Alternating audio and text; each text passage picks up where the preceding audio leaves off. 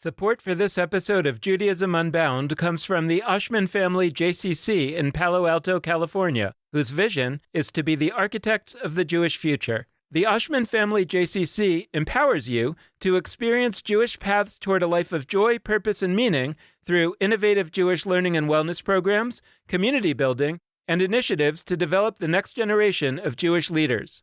Learn more at www.paloaltojcc.org. This is Judaism Unbound, episode 321. Jewish eating does not equal kosher eating. Welcome back, everyone. I'm Dan Liebenson. And I'm Lex Rofberg. And today we're going to look back at the conversations we've had so far about Jewish food and Jewish eating. Before we do, just a quick reminder that registration is now open for our bite-sized Anya Shiva classes. These are 3-week classes that are going to take place in the weeks between the end of Passover and Shavuot, also known as the Omer, although the Omer includes a week of Passover, but we don't have to get into the details of that. But we are dividing up the 6 weeks between the end of Passover and Shavuot into 2 sessions of 3 weeks each, and in each of those sessions, there are going to be 3 classes going on. They are very exciting classes by some of our most exciting guests ever on Judaism Unbound. We encourage you to check them out at www.anyashiva.com or just go to judaismunbound.com/classes. In the meantime, let's talk about food. It's always fun to talk about food, especially with Passover coming up. It can be both stressful and exciting to talk about food. But Lex, I wanted to start with a distinction that I have been mulling over in my head ever since actually our first episode with Elaine Goodfriend about biblical eating. And I've been making this distinction in my head between Jewish eating and kosher. And to me, this is something that we should really develop and pull out, because I think that there is a distinction between the two, and they are both forms of Jewish eating. Meaning, and I was thinking about this, I forget if I mentioned this on any of the episodes. I think I did. The Reuben sandwich is explicitly not kosher because it involves milk and meat together in the same sandwich. But the Reuben sandwich is a product of Jewish delis. It is named for a Jewish person. It is eaten by many Jews. I mean, it's hard to say that the Reuben sandwich is not a Jewish food. And that's to me, an example of something that ultimately we have to find language to describe. Yeah, I think that's right. And what's funny to me is, you close by saying, we have to find language to describe it. I really think that, some of this is easier than we give it credit. I don't know. It seems just straightforward to me that there are Jewish forms of eating practices that have nothing to do with keeping kosher. That just I can't say that that's just an objective fact, but it feels to me like that's just sort of the case. And we have, and I'm not saying that these are the 4 ways that one can eat Jewishly independent of kosher rules. But I do think if one has Manischewitz wine, you could say that the Jewish thing about that is that it's kosher, that it's a kosher kind of wine. But I don't think that the vast majority of people that get Manischewitz wine for a Jewish purpose, to have a Jewish sensibility or moment or connection at their table, I don't think they're doing it because it's kosher. I think they're doing it because Manischewitz is seen as a Jewish thing. And I would even say, not only do I think that, I know that that's the case at my own family's Passover Seders, for example, where we got Manischewitz, and we also got nicer wines that aren't super sweet. I happen to like Manischewitz. I know that's a controversial opinion.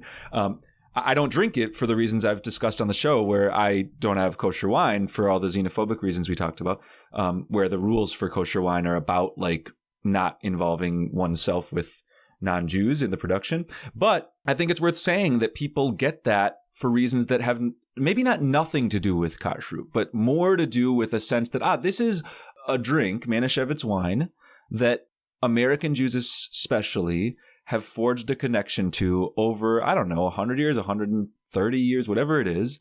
And that's special. And you put it on the table next to wines that are not marked as kosher. That's what my family does. And I think it's what, I don't want to say millions, but probably hundreds of thousands of families do. And I actually saw an interesting thread on Facebook recently where somebody was talking about how, oh, Manischewitz wine actually has corn syrup in it, or some of them do, which makes it not kosher for Passover by certain people who refrain from like legumes or the set of things called kitniot. So like really, really there, I think there's a bunch of people who would say, okay, fine, I don't care. Like, I'm still going to get it. I think there's a lot of those people, and I think that their choice to do so, somebody who's more traditionalist could say, oh, well, they're making like a non-Jewish choice. I would say they're a Jew who's making a deeply Jewish choice because they're choosing the Manischewitz because it's Manischewitz, as opposed to an arbitrary wine in the store, whether it's kosher or not, that might read as less Jewish. And by the way, I think there's many kosher wines that aren't coded Jewish in a deep way for a lot of American Jews. Like, they might not know what Bartenura is, which is another manufacturer of kosher wine. It's actually like shouting out to an important commentator on the Mishnah called the Bartenura, that's a geographic location where that commentator was. But I think for a lot of people, that's actually less of a Jewish shout out than Manischewitz is. So I kind of wanted to bring that into start because I really agree with you that what makes something Jewish is not the kashrut. It's not the whether it's kosher. And I actually want to push, not you, but like others who would say that's like radical. I think that's just, we know that. We know that's the case.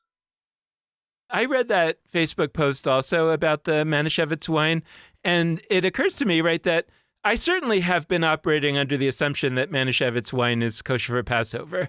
And we actually serve Manischewitz wine for Passover. I actually have been doing this thing recently where we have 4 different kinds of wine for the 4 cups of wine at Passover. And the idea is that we go from slavery to freedom. So we start with Manischewitz, which I consider the wine of slaves, and we go to champagne at the end, which I consider to be the wine of free people, right? So on the one hand, I was assuming that Manischewitz wine is kosher for Passover, but it doesn't bother me to find out that it isn't, because I know that the champagne that we have is not kosher for Passover. I know that the other wines that we have are not kosher for Passover. In fact, they're not kosher at all, just like you're saying.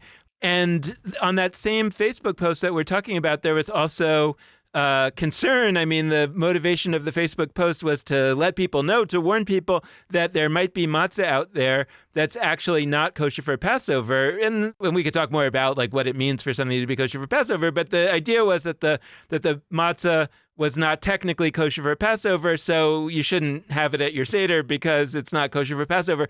And my feeling about it, and I'm not unaware of these things, right? I'm not ignorant about it. I couldn't care less, right? Like, in other words, it doesn't matter to me whether the matzah is technically certified as kosher for Passover or the wine is technically certified kosher for Passover or kosher in any way.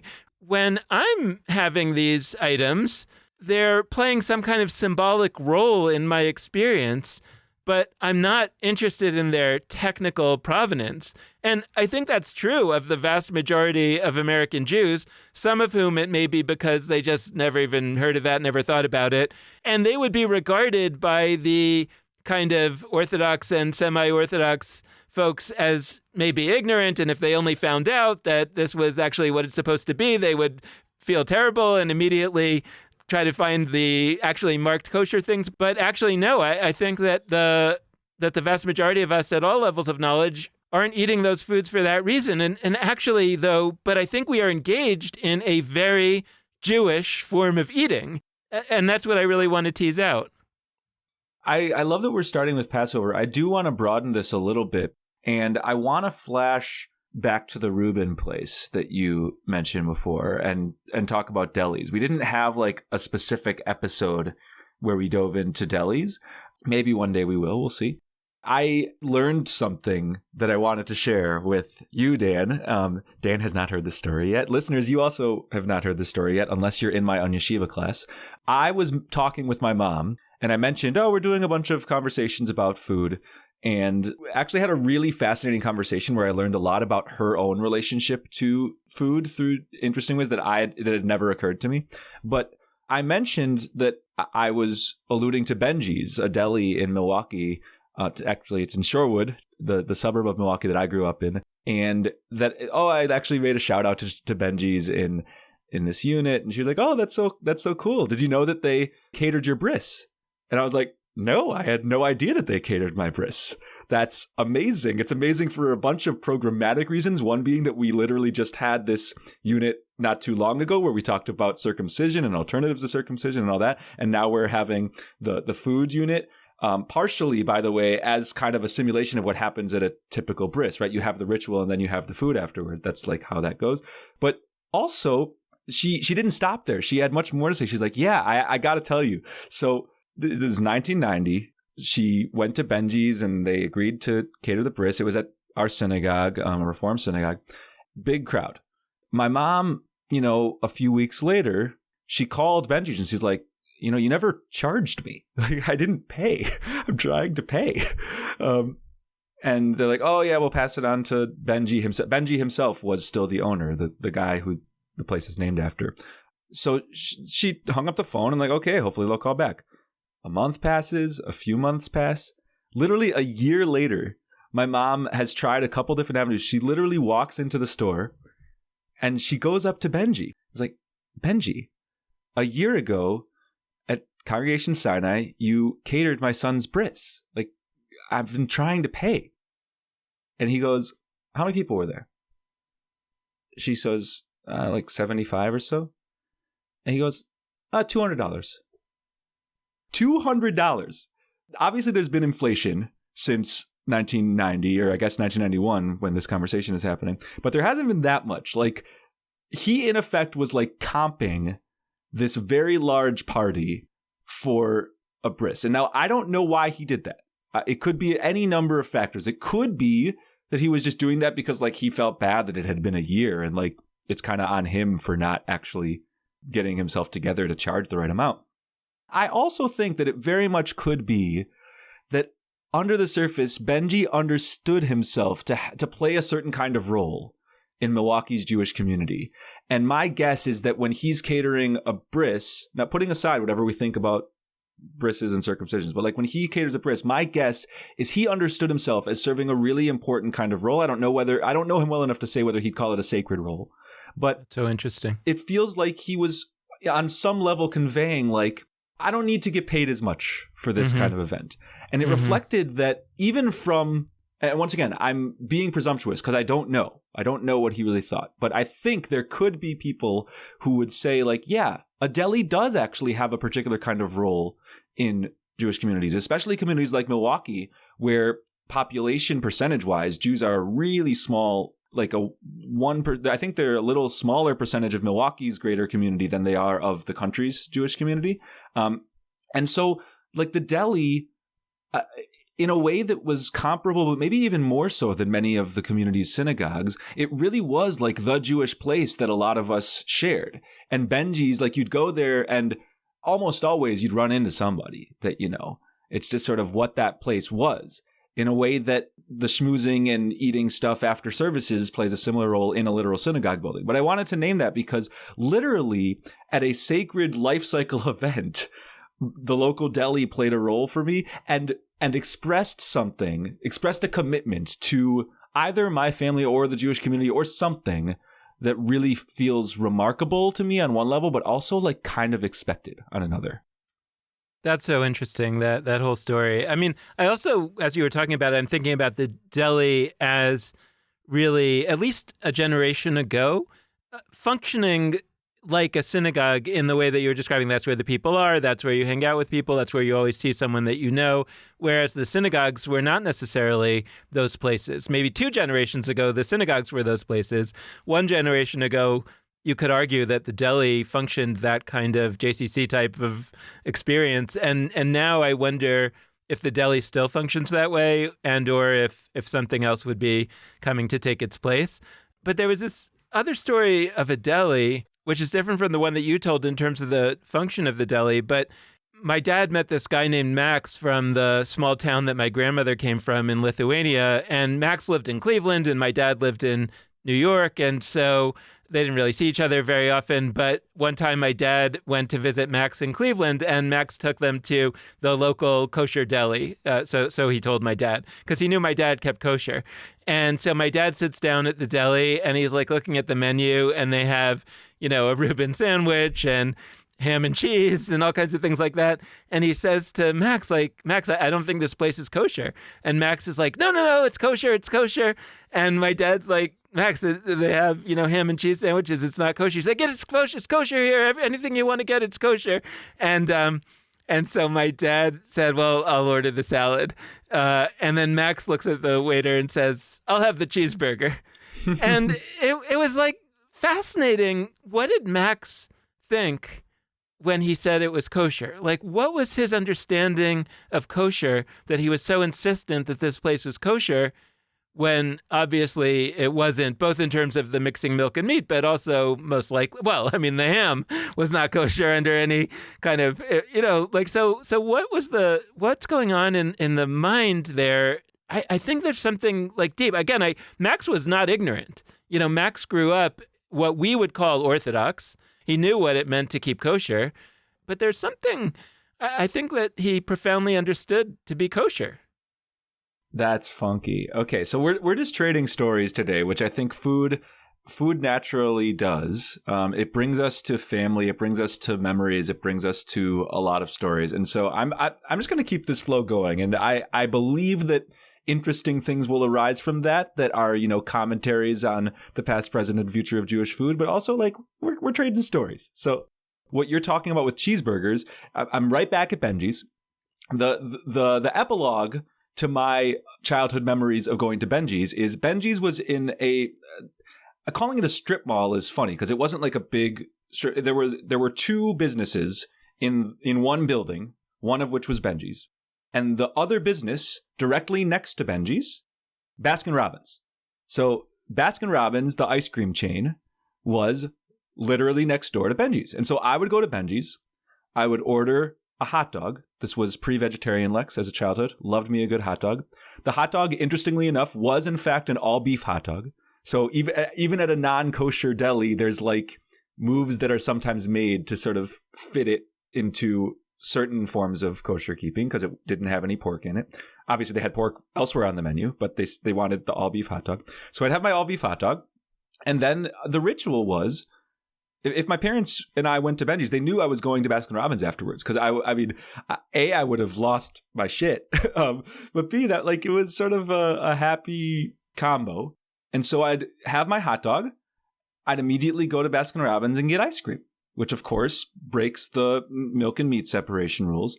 I bring that up for a few reasons. One, this memory in my head, the fullness of it. The Benji's followed by the Baskin Robbins. It's just like in the Jewish corner of my head. I can't tell, like other people could do the same thing. Non-Jews, I'm sure lots of non-Jews in Milwaukee also went to Benji's and then went to Baskin Robbins. It's not inherently a Jewish exclusive experience, but it lives in a Jewish corner of my mind.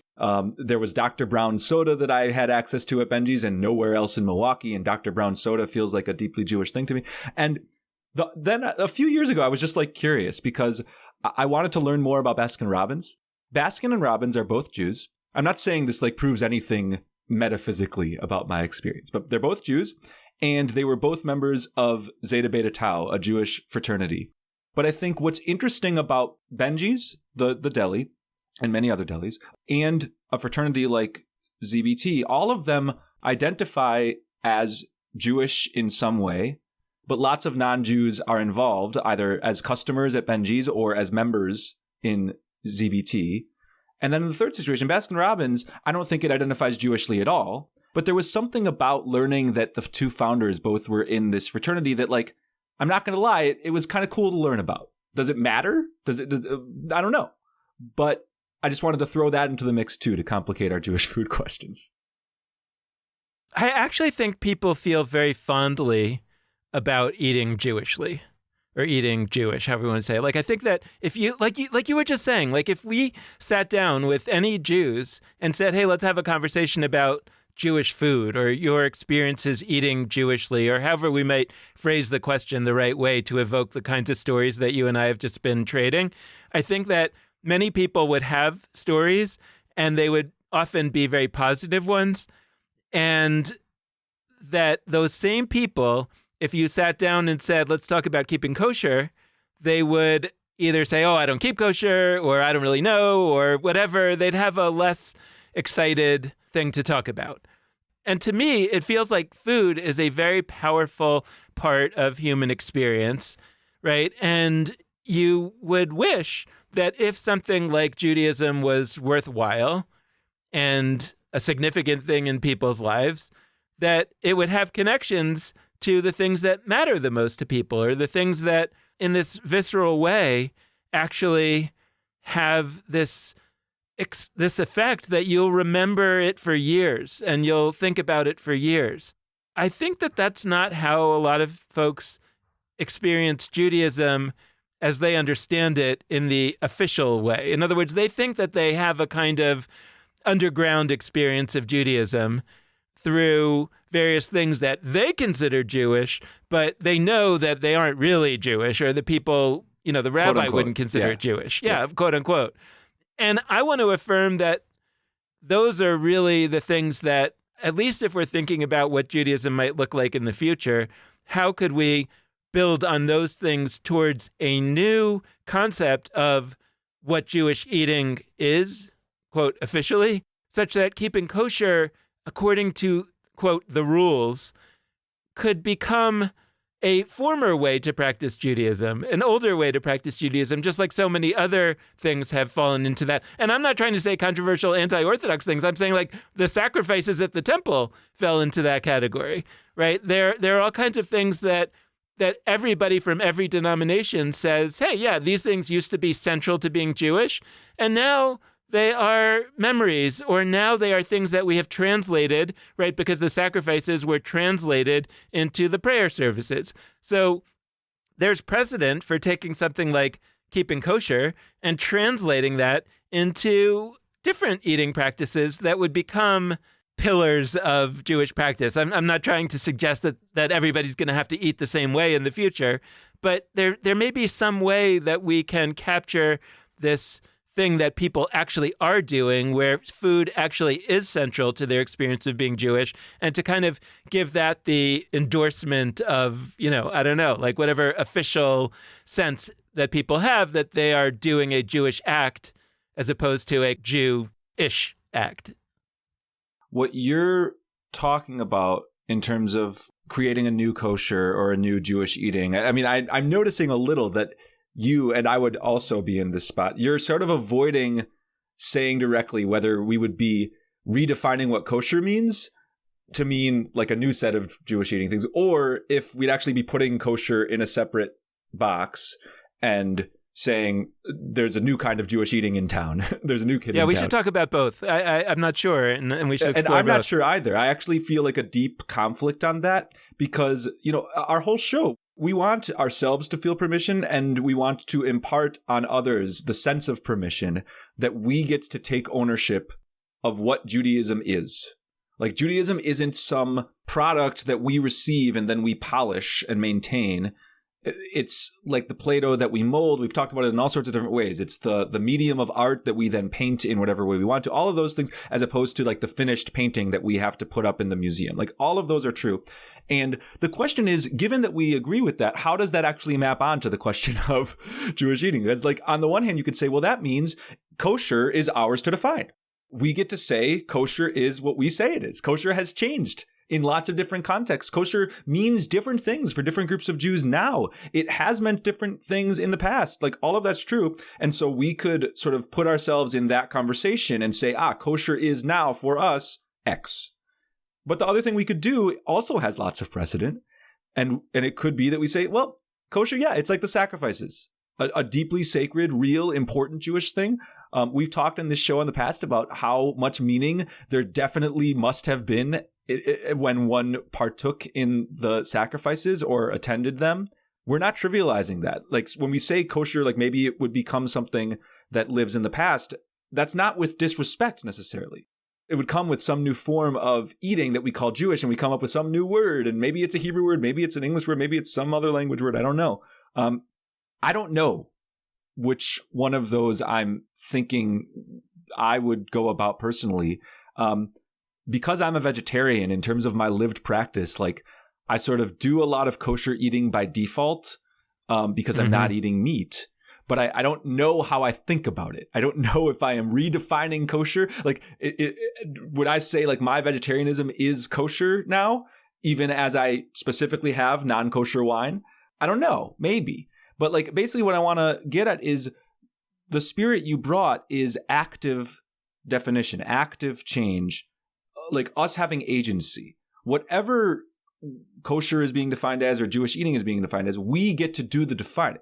And I think that's the distance between the people you described who like, they feel like they're doing an underground Jewish thing. They think that they feel a connection to Jewish eating, but it's not the kind that the rabbis would recognize. Like what we have to do is we have to actually take the active step of saying, this is Jewish. Maybe this is Torah. This is lived, real Judaism. My relationship to Dr. Brown soda, which was, enlivened when I would go to Benji's, which is one of the only places in the area where I could have it. Maybe it was at a grocery store, but it wasn't in restaurants. That relationship with Dr. Brown soda, even though it doesn't date to the Torah. It doesn't, I do actually think it is kosher. It's like marked as kosher, but there's something about that where I actually get to say that is a deep kind of sacred Jewish eating. Maybe even it's, Judaism. And nobody else gets to say that because it's not part of a ritual, because it's not like some elevated kind of cultural thing, or it's not homemade or whatever, that it doesn't count. Yeah, and my wife and I have this long-running debate, although we haven't talked about it in a while. The question was whether or not I keep kosher. And the reason why this came up is because I don't eat pork and I don't eat shellfish. And so my wife says, so you keep kosher. And because she eats those things and also grew up eating them and, never kept kosher in any way in her family, whereas I grew up keeping kosher. And I said to her, no, I don't think I keep kosher. To me, keeping kosher is a philosophy that you choose to adopt to guide your eating. I don't choose that philosophy to guide my eating. I don't believe in it. I don't think any person has to keep kosher. I don't think I have to keep kosher, but I have certain food aversions that come out of having kept kosher when I was a child. Now, so there's a kosher provenance to the foods that I eat and don't eat, but I don't consider it keeping kosher because I don't do it for that reason directly. And that, I think, is and my wife says that's just kind of gobbledygook, and I do keep kosher. And I'm like, but I eat milk and meat together, and I, eat chicken and meat, and I eat chicken and milk together. And, there's all kinds of things. I don't care about the silverware, having multiple pots and silverware and plates and all that stuff. And I see keeping kosher, I grew up seeing keeping kosher as this entire complex of activities and attitudes, which I do not hold by, except that I don't eat certain kinds of meat because they just feel wrong to me on a literally visceral level, right? And there has been this kind of ratcheting up of what it means to keep kosher. And the community, I think, that keeps kosher today assumes that this is always the way that kosher keeping has been. And so, and the community that doesn't keep kosher, I think, largely imagines that keeping kosher is about which animals you eat and which animals you don't eat, whereas the community that does keep kosher thinks it's a much more intricate process than that. And actually, one of the things that you mentioned before we started recording raised this for me, because you're a vegetarian, whereas a person who I think grew up keeping kosher and sees the world through the lens of keeping kosher says, if you now, Lex, are a vegetarian and you decide not to eat meat anymore, then as soon as some kind of juice from meat maybe touched your vegetable, you would immediately throw it away and never eat it. And, you would never cook your veggie hamburgers on a grill that has just had hamburgers or hot dogs cooking on it. And that's not your approach. Not and at so all. It's like, right. And so it's weird because as somebody who kind of grew up keeping kosher, I almost hear the way that you're describing being a vegetarian, and I'm like, oh, so you're not exactly a complete vegetarian, right?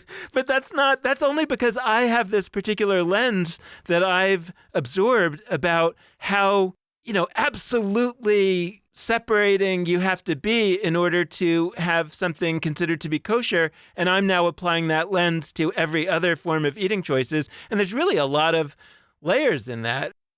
Yeah, well, it's really tricky and complicated because I'm somewhere between you and your wife on the question of whether you, Dan, keep kosher or and even like whether you do something we would call Jewish eating. I think like questions arise in politics and in religion and otherwise about intention versus impact. What you just said about your relationship to eating food is that the intention is not for you keeping kosher. Impact, to actively not have pork or shellfish, although I'm not saying you like consciously like have little tiny specks of it taken out of dishes. I don't know what you do with that. But like from my perspective, there is, whether it's kosher, and I would say you more keep kosher than somebody who doesn't have that aversion. Part of our actions in the world is not actually just what we intend for them to be. It's what they are. And so you are doing a set of things that are inflected clearly through the prism of kashrut. You're not doing them because of that in your mind. Like, that's not your reasoning. Your reasoning is you have this aversion to it. But I think that Beth is right to push back a little. And I also think there's some regional things at play here. What you mentioned is she didn't grow up keeping kosher. I don't want to speak too much for her, but like she grew up, I know, in the South. I grew up in the Midwest. You grew up in a few places, but when you were in the US, you were in the Northeast, and then you were also in Israel. Those all have really interesting, different ideas of kosher. And I don't think that's always clear to people it's clearer to the people in the South and like the Midwest than it is to the people in the Northeast. I think people who live in like high density Jewish areas, they often think that whatever their region's definitions are, they think that that's sort of how everybody thinks of Judaism. Growing up in Milwaukee, if somebody didn't eat pork and shellfish, honestly, like I knew people who would say they kept kosher who only didn't eat pork and did eat shellfish. And that was just like kosher meant don't eat pork. And by the way, like they might have mixed meat and dairy too. Like for some people, kosher is just sort of a stand-in for specifically doesn't eat pig. Now, are they right about that? Like, is that true? I don't know. I don't know what that even means, right? Like, I don't know whether like, but what you're describing about how like for you, kosher is this web of a lot more stringencies and specific orientations to meat and dairy. Like, I think people don't always realize how in a lot of Jewish communities, what kosher, it's like we talked about last year with like, in quotes, the traditional Haggadah. People talk about how the traditional Haggadah doesn't even tell the Passover story. Sorry, that's not true in 2022. The traditional Haggadahs of the United States and of the world, first off, there's 9 billion of them because people make new Haggadahs constantly. The traditional Haggadah, I grew up telling the Passover story. There was a section in my Haggadah that was the Passover story. Moses was born, and then there's the story, like, and that's in like maybe at this point the majority of those bazillion Haggadahs. So like to say that the traditional Haggadah doesn't tell the Passover story, that's giving a kind of power to a specific iteration of Jewish history that is not necessarily operating for everyone. I'm not saying that doesn't exist anymore. There are people who specifically say words and sing songs because they are in the quote-unquote traditional Haggadah. But the battleground of what is kosher, it's a lot more complicated than we think. And there was a part of me when Jonathan Bernberg Cross was like, well, there sort of is kosher, and we can't quite totally redefine it. I'm finding myself needing to push back on that because I think that there's all sorts of ways where we have been able to redefine that. And where, Dan, I think even you, with your resistance to defining what you do as kosher, would even acknowledge is operating. Yeah, I mean, I'm still resistant to the claim that I keep kosher because for me, it is a philosophy that you choose. That said, I would acknowledge two things. One, I do actually probably keep a more authentic form of kashrut than modern Orthodox Jews in the sense that my version where you just don't eat certain things, I think actually is what it meant to keep kosher for probably, a good 1,000 or 2,000 years. And only in the last few hundred years did it come to include all of these additional stringencies. So, I mean, there are things that I do like mixing milk and meat that I think that they didn't do back then. But I think that just like you say, like really for a very long time, what it meant to keep kosher was to not eat certain kinds of meat.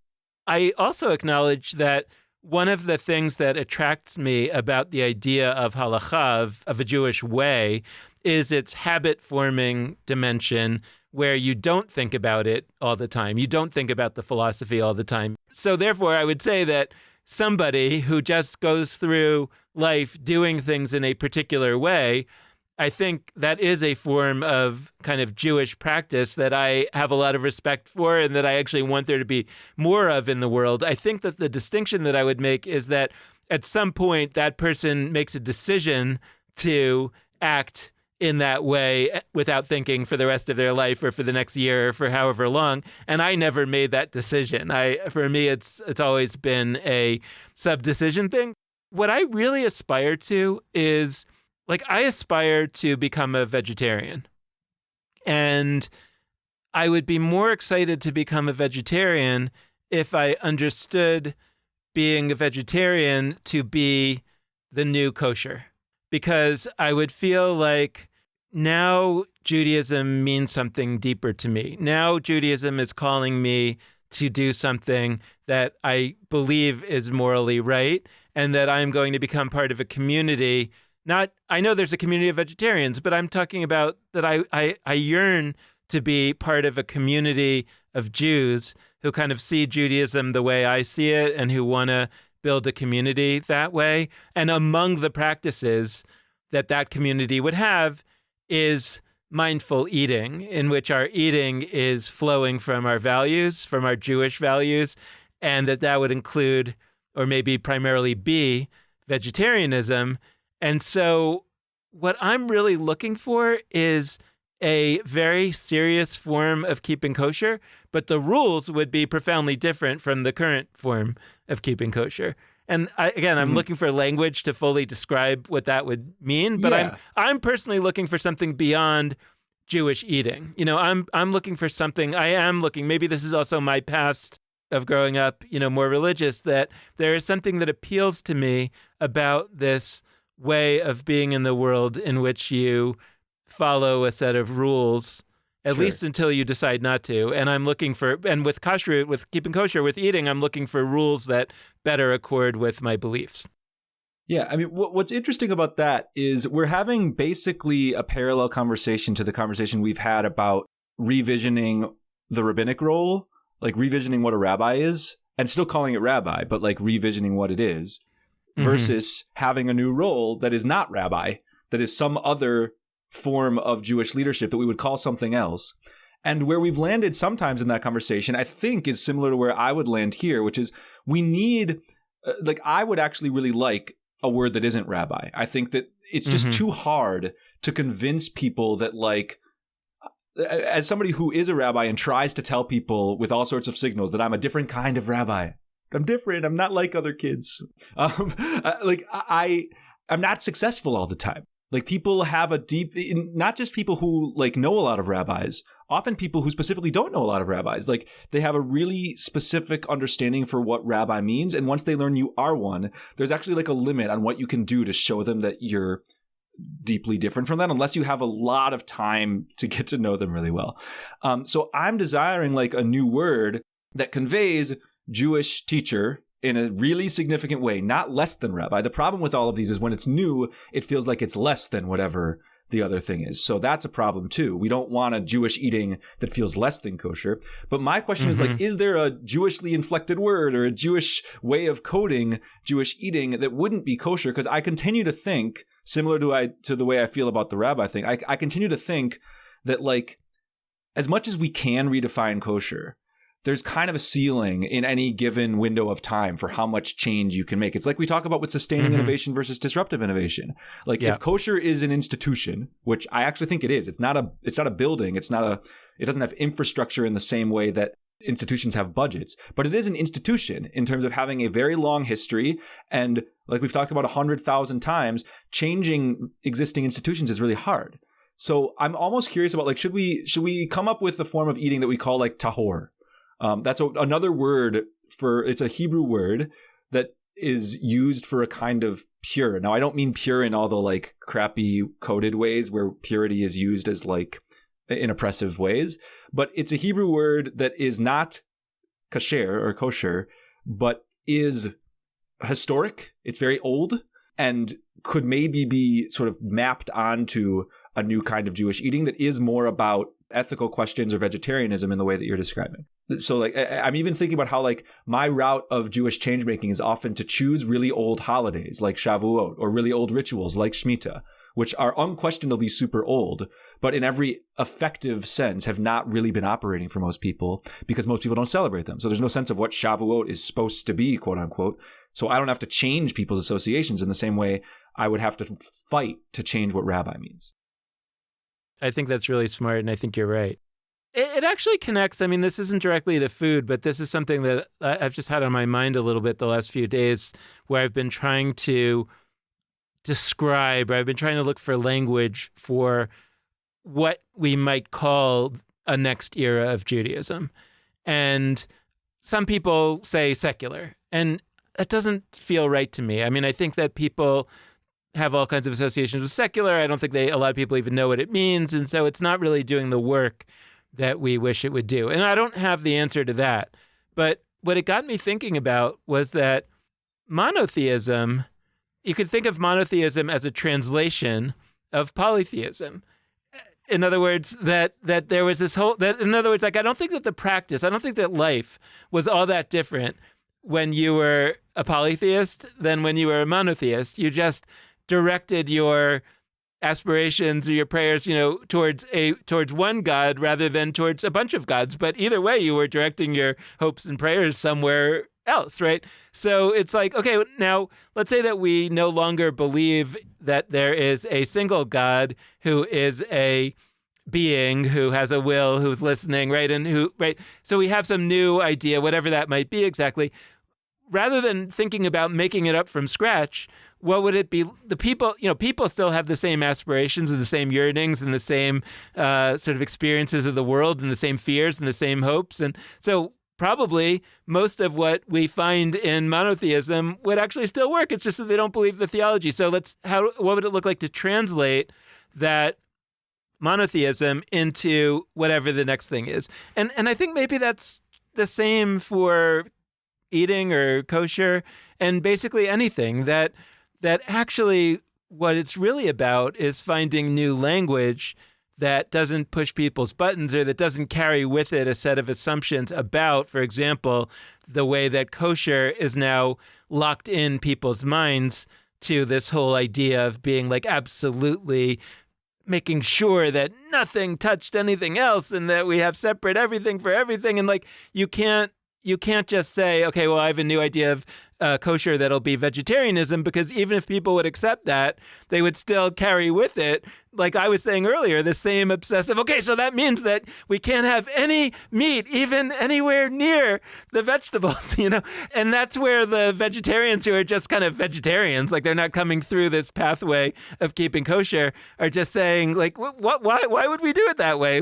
And the people who are coming through the pathway of keeping kosher are so locked into this pathway because we have come to understand that that's what keeping kosher is. And there's like no way that you can be talked out of it. By the way, that's the same thing that I say about rabbis. It's like, I understand that it would be possible, in fact, maybe even more true to the original definition, not maybe, definitely more true to the original definition of a rabbi, to say that a rabbi is a teacher. And if a rabbi was just a teacher, then I would be happy to be a rabbi. The problem is that in our culture today, rabbi is seen as not just a teacher, rabbi is seen as a clergy person and a religious leader and a prayer leader and a whatever. And there are people out there, many, who say, well, we could redefine the term rabbi and go back to an original. And I wish we could, but it just feels like sometimes these things just get kind of locked in to this language. And so, like you say, the real answer is to come up with different language. And I think probably the best approach to that is somehow to find a concept or language from the past that feels old and authentic and meaningful, but to sort of pull it forward and give that a new meaning. And people will accept that because they haven't been thinking about that word or that concept for 1,000 years. So it's not tied up in all kinds of assumptions. What you said about translation is really powerful to me, about like how monotheism is kind of a translation of polytheism. And what we've talked about with many guests is that every translation is interpretation. So whenever you translate from one language to another, and by the way, Dan, you know this better than I do. You've translated literal books from one language into another. Like, you make choices. No translation. There is no such thing as like a perfectly loyal, perfectly like accurate, quote unquote, translation that preserves the exact form in the original and the function in the original. Like, languages are different, so you can't ever do that. And so what you do is you have to decide what is the essence. And, you know, I resist finding essences all the time. I try to resist the idea that Judaism has one essence across time. But when you have a practical question like, okay, this Hebrew word, what is it in English? You have to decide what the essence of that word is. So in rendering polytheism into monotheism in a kind of translational act, you are making a set of decisions where the essence of it is not actually, multiple gods. The essence is what you described as like directing prayer and hopes towards some number, one or more, of external beings. Now, other people might say that's not at all the essence of polytheism, and like the poly part is the key, in which case monotheism could not translate it, and you just have to sort of duke it out with them. But what it points to is that all over and over and over again, when we're moving context, when we're moving languages, when rituals are changing in Jewish history, we are making choices about what the essence, quote unquote, is. And often when you look back, you realize like, I think we've changed the essence. I don't think there's been one essence to what X holiday is, or what this prayer means, or what even this word means. Sometimes words literally mean entirely different things in different eras. So that's point one. My issue with kosher, my biggest issue with kosher keeping, there's the pros of it and there's the cons. And honestly, my issue with Jewish eating sometimes, independent of kosher, is that a lot of it is around separation. A lot of it is about difference from those who are not Jewish. And so in kashrut, that takes the form of like literally a wine is permissible if it has been created and brought to be by those who are only Jews. And then it's not permissible if it's the same ingredients, same process, but non-Jews are involved. We talked about that. There's also loopholes to that. We talked about that. But that's the essence of it. And there's all sorts of other rituals in kosher keeping where either the explicit purpose, literally it says this in texts, is to stop you from eating with non-Jews. And occasionally it's not quite the explicit purpose, but you can tell the implicit purpose of having a big, complicated set of rules around what you can do, what foods you can and can't eat. Part of the implicit purpose or the function, whether it's the intention or not, is that you separate off into Jewish communities of people that keep those rules and everybody else. So that includes Jews who don't keep those rules and non-Jews. And I'll be honest, I'm not comfortable being part of any system, whether it's kosher keeping, whether it's, I hope it's not Judaism, I don't think it's Judaism, whose core function, or one of whose core functions, is to separate off from non-Jews. I think it's unhealthy. I think it leads to a form of nativism and xenophobia. I think it leads logically to all the kinds of problematic behavior that institutions manifest towards interfaith relationships in Jewish life, towards non-Jews that aren't in relationships with Jews. I think it's bad. I think there's a lot. And now we could distinguish between punching up and punching down and talk all about that, but I don't want to be a part of that.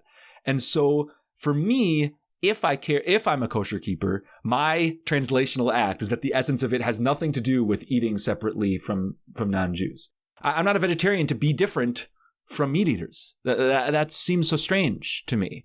And so we take for granted that that's part of why Jewish choices and Jewish like mappings are made. And we somehow allow ourselves to be like, yeah, it's a totally permissible thing for a rule's core purpose to be distinguishing from others. But I don't want to. And I'm reminded of actually Rachel Gross, who's written beautifully about all the ways that food can bring people together, like you described earlier. I remember she tweeted once, like, I'm sick of people saying food's just like happy, joyful unifier. I'm sick of it. I'm paraphrasing her. I'll try to find the tweet and put it in our show notes. But like, food divides. Not just Jewish forms of eating, but like sometimes food purposely divides, and it's a way that we segment ourselves from others. So I wanted to close with that because I don't want people to leave this food unit with us thinking our main takeaway is that food unifies and is a great way to connect and make meaning without any caveats. It is all those things, but it's also really layered and complicated and sometimes like patently offensive Like, so that's part of the equation too. Yeah, well, like many of our units that we've done, this food unit is not over, even though we're going to take a break from it for a while. That said, in this pause taking in the food section, I want to fully endorse what you said. Just a side comment on the whether we understand polytheism correctly or not. I mean, and I think this is implied in what you're saying, is that that's exactly part of what I've been trying to say about monotheism. It's that so many people are absolutely sure that what makes Judaism Judaism is monotheism. And I actually think that's somewhat incidental, that what makes Judaism Judaism is a particular way of directing our hopes and dreams and fears and aspirations, connecting that with, whether that's with powers or with actions or whatever. We can explore that. I hope we will, because I think that's a really interesting point to sort of pull out. On the question of food and its power to divide and its power to unite, it also opens this question of, like, again, what makes Jewish eating in this case, or any kind of practice, what makes it, quote, authentically Jewish? Is it that it accords with the original reason that this practice became part of Judaism? Because I'm not sure that we know what the original reason for keeping kosher was, and we explored that a little bit with Elaine Goodfriend. But, I think it's a really interesting question to say, like, well, was it really motivated by a desire to divide the Jews and the others? I'm not so sure. Was it motivated by enacting people's highest aspirations? Because a lot of the animals that you're not allowed to eat are birds of prey, for example, and so we don't want to eat, animals that kill other animals. I mean, maybe that's interesting, but what was it? I don't know. I'm curious, right? We do know, and I think this is probably another interview that we should set up sooner rather than later, is what was the motivation in the rabbinic period, which we've inherited, towards keeping kosher. And I think it was much more explicitly to maintain those divisions with and from other people. And so, in a sense, I would say that they took a practice that may have been motivated by something else, may not have, and they really doubled down on its power to keep the Jews separate. So which is the authentic one, the original or the most recent, or neither? And I would say that I don't really care what the original meaning was or the most recent meaning. What appeals to me conceptually about the possibility that I might find a practice that I might choose to take into my life, what appeals to me about it is this idea that in choosing how I eat and what I eat, I am enacting my values in some deep way with one of the things that I do most often in my life. And so if that means that I'm most concerned about climate change and raising animals for meat is one of the most destructive things to the climate, that I am going to do my small part to contribute to that by refraining or minimizing from eating meat. That appeals to me as a reason to do something like this. And when we start to think about that kind of reimagined, quote, keeping kosher, I feel like that starts to merge with this other idea that, I've been trying to figure out of just Jewish eating, right? Because, like, for example, when you think about matzah ball soup as a Jewish food, and not just on Passover, it became a Jewish food because they took a German bread ball soup, and on Passover they couldn't make it with bread, so they made it with matzah. And then Jews started eating it as just because we like this, and it's something that Jews like to eat a lot. And so now we have it in delis, and it's not even kosher. And so it feels to me like there's some way in which, once we understand that the reason why we choose to make certain foods part of Judaism or part of Jewish living is a combination of either it enacts our values at a certain moment in time, or it feels like something that we have inherited from our past. Well, we might have gotten it from the past because back then it enacted their values, right? And so somehow those things can kind of merge together and create this dynamic, fluid form of Jewish eating that incorporates both the best of, quote, keeping kosher and the best of just eating things because they feel Jewish to us, maybe. And again, I'm totally with you. I think, like, my big takeaway from this conversation is that we've got to find a new word for what I've been trying to call a reimagined keeping kosher, because that's the thing that I think could really, solve these conundrums and be what we take in with us to the next era of Judaism. Yeah, what we take in with us, what we ingest Yes. to the next era of Judaism. Nice. I said I was going to say last things, and now I'm going to say a real last thing, which I really wanted to just shout out the moments in this series where fusion, where mixing, blending things that we think of as like quote unquote Jewish foods with things that we think of as quote unquote non-Jewish foods. Like, to me, those were some of our most spectacular moments, whether that's Nir Levy talking about his Shabbat practice of mixing challah with Indian food, whether that's Jonathan Brumberg Krause talking about some of the fusions that his family has taken on. We've heard from some listeners with some other creative fusions between Jewish foods and quote unquote non-Jewish foods. And I keep on saying quote unquote because one moment's non-Jewish food is the next moment's Jewish food. That's clearly the history that we inhabit. Like, at one moment, Jews live in a place and there's a food that is just food. And then enough Jews eat it or tie it to a ritual or whatever, and it becomes Jewish food. So we look back at the past and we think that, oh, wow, that's just interesting that happened.